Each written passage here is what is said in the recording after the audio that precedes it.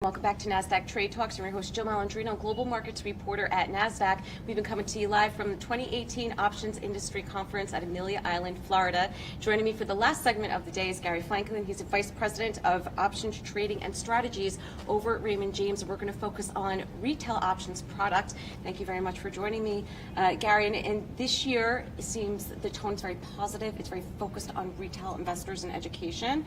And so let's talk about some of the products. Do you think it makes sense to bring leaps back for retail traders? Oh, definitely.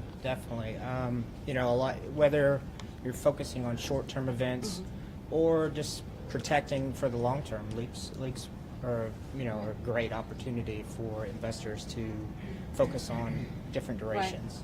Right, because you hear about a lot of the weeklies or more short-term traded products, but the leaps, they do have, for long-term hedgers and even speculators, there's something unique for them, for retail investors to use. And another thing I want to find out about minis. You don't hear that much about minis, but it might make sense for retail traders. Right. You know, the mini option, which was brought to the market maybe 6 years ago, but it was in a limited scope, so there was only maybe 5 or 6 symbols. And each contract represented 10 shares. So for example, with Apple, today it's at $170. To have 100 shares, that's $17,000. So that really limits the small investor. So if you were able to bring that back in a wider offering, because there's so many more stocks that are north of $100, I think there'd be a real benefit for the smaller investor to either protect their downside risk or even generate some additional income on those higher price names. All right, and how about, do you think retail clients want to see a more uniform method for strike selection? Definitely. Right, so what's the issue with that? That's another topic we've been talking about, strike selection. What are the issues there, and what can be done to solve that? Okay, so for example, with the weekly options that are listed, they have a different listing methodology, right? So for example, a stock that's trading, let's say, in the mid-70s. So you might be implementing a rolling income strategy, and the stock's at 73, so maybe you sell a 74 or a 75 strike.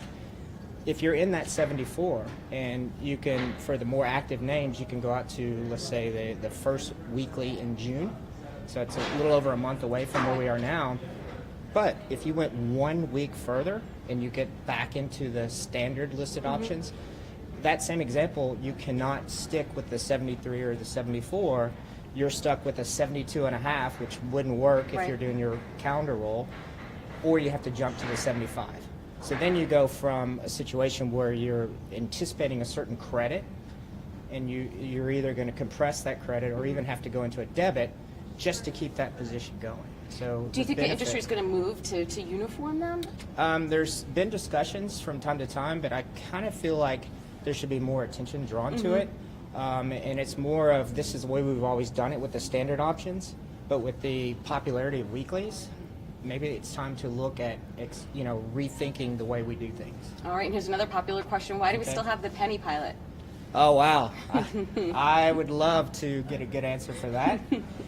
My stance has always been that it's harder for me from the retail side to explain that, well, this stock has to be traded in nickels or dimes, but these others can be in pennies. My thought is you could still keep the same spread width, but let everything trade in pennies. And maybe you limit it to any premiums below $3 would be in pennies, and premiums above $3 could be in nickels. So you don't have too much noise, but you could still, in a penny market, you could still have a 5 or 10 cent wide spread, but maybe it's 4 cents by 14 cents instead of a nickel by 15. But it gives the client a better experience, and we don't have to have that conversation where we say, well, it can trade in pennies, but it can't be quoted in pennies. The retail client says, why? And there really isn't a good answer. So. All right. Well, thank you very much for joining us at OIC, and thank you for joining me throughout the day. I'm Jill Malandrino, Global Markets Reporter at Nasdaq.